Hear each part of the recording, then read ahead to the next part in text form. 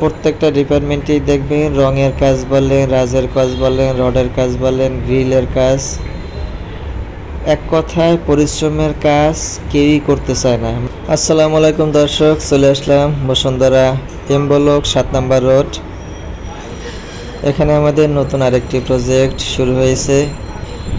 ঈদের আগে একটি ছাদ দেওয়া হয়েছে, কিছু কলম তৈরি করে রেখে গেছে, বাকি কলমগুলো ঢালাইয়ের কাজ চলতেছে। লোকজন এখন আসে নাই, লোকজন বাড়িতে গেলে এমনিতেই আসতে চায় না। লোকজন এখনো অনেক আসার জন্য টাকা পাঠাইছে, তারপরও আসে নাই। কন্ট্রাক্টর খুবই ঝামেলা আছে। এই দেখেন, এগুলো ঈদের আগে তৈরি করে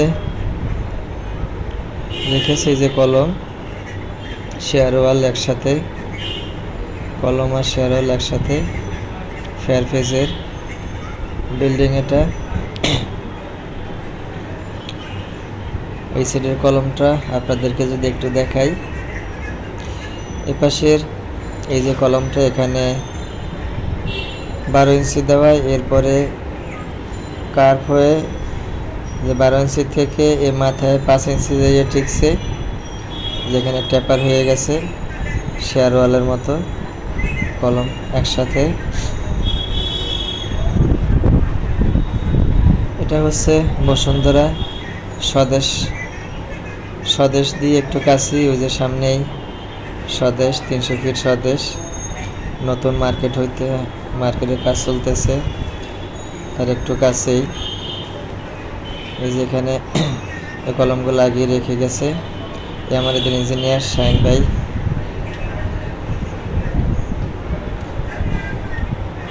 যে কলমগুলো ঈদের আগেই শেষ করছে, ঈদের পরে লোকজন এখনো আসে নাই। অনেকে টাকা পাঠানো হয়েছে, অ্যাডভান্স টাকা পাঠানোর পরে তারপরে আসতেছে না। আসলে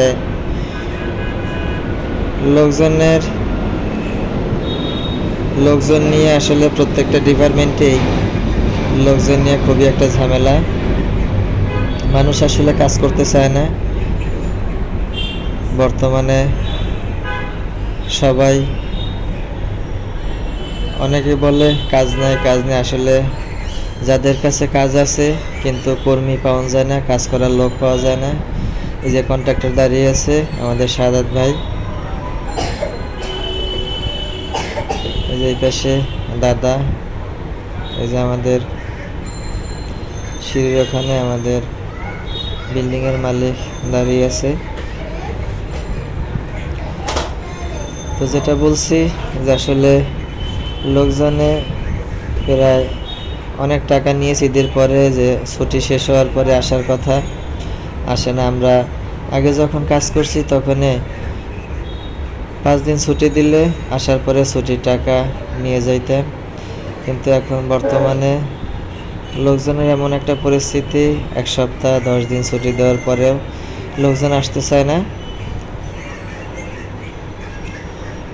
এই যে অনেক লোককে অ্যাডভান্স টাকা দিয়ে দেওয়া হয়েছে, বাড়ি থেকে আসার জন্য গাড়ি ভাড়া পাঠানো হয়েছে, তারপরও লোকজন আসতেছে না।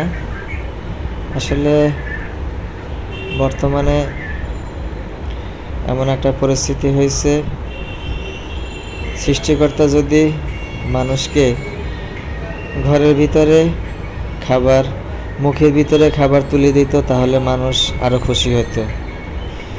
এমন একটা পরিস্থিতি আছে, মানুষ কষ্ট করতেই চায় না, কাজ করতে চায় না।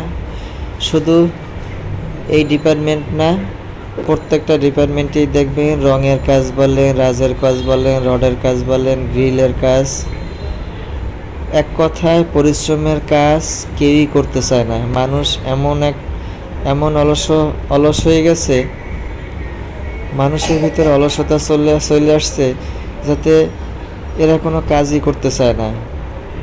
মাঝে মাঝে মনে হয় যদি ঘরে বসে থাকে, সৃষ্টিকর্তা এরা ঘুমিয়ে থাকতো, সৃষ্টিকর্তা উপর থেকে টিনের চাল ফুটা ছিদ্র করে, অথবা জালনা দিয়ে কুদরতিভাবে তাদের মুখে খাবার তুলে দিলে তারা আরও মনে হয় খুশি হতো।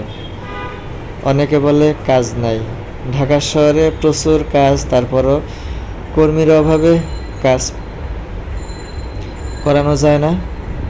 অথচ দেশে এত কাজ থাকতেও মানুষ টাকা খরচ করে প্রবাসে যায়, প্রবাস থেকে মানুষ কত ধরা খায়, তারপরেও মানুষ প্রবাসে যায়, সেখান থেকে আবার ঘুরে এসে এ কাজ করে। দেশের বাড়িতে কত মানুষ বসে থাকে, তারপরেও ঢাকা শহরে আমরা কাজ করতে পারি না।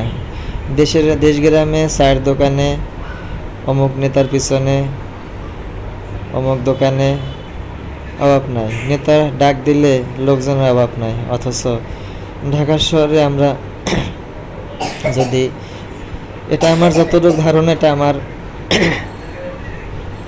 আমাদের এখানে না, আমার যতটুকু ধারণা ঢাকা শহরে যারা কন্ট্রাক্টরি করেন তারা হয়তো বলতে পারবেন যে আসলে লোকজনে নিয়ে বর্তমানে পরিচালনা করাটা কতটা টাফ ব্যাপার। কারণ লোকজনে কন্ট্রাক্টরদেরকে এমনভাবে জিম্মি করে রাখে, টাকা পয়সা অনেকে টাকা না দিলেও ঝামেলা, দিলেও ঝামেলা। টাকা দিলে এরা শুধু টাকা নিয়ে বাড়িতে যায়। এই যে ঈদের পরে আসছে, কিছু লোক আসছে এখানে, আসার পরে টাকা দিছে, অ্যাডভান্স দিছে, আসছে, আসার পরে আবার 2 দিন পরে চলে গেছে। যে রৌদ্র পরে, পরিশ্রম হয়, কষ্ট হয়, যার কারণে লোকজন চলে গেছে। যে দেখেন আমাদের ফেয়ারফেজের সিঁড়িগুলো, এখানে রড বাইন্ডিং করা হয়েছে,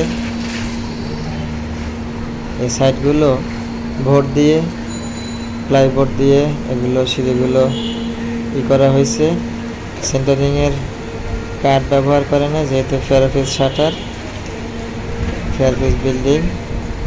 এখানে কলমগুলোতে স্টিলের ফর্মা ব্যবহার করা হয়েছে। আর এছাড়া যেগুলো আছে এগুলো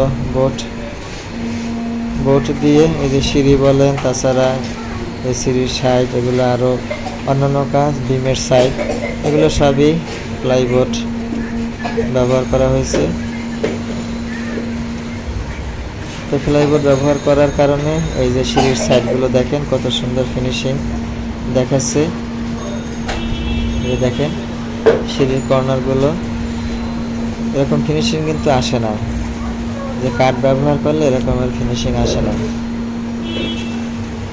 এই দেখেন কলমগুলো ফিনিশিং কেমন হয়েছে।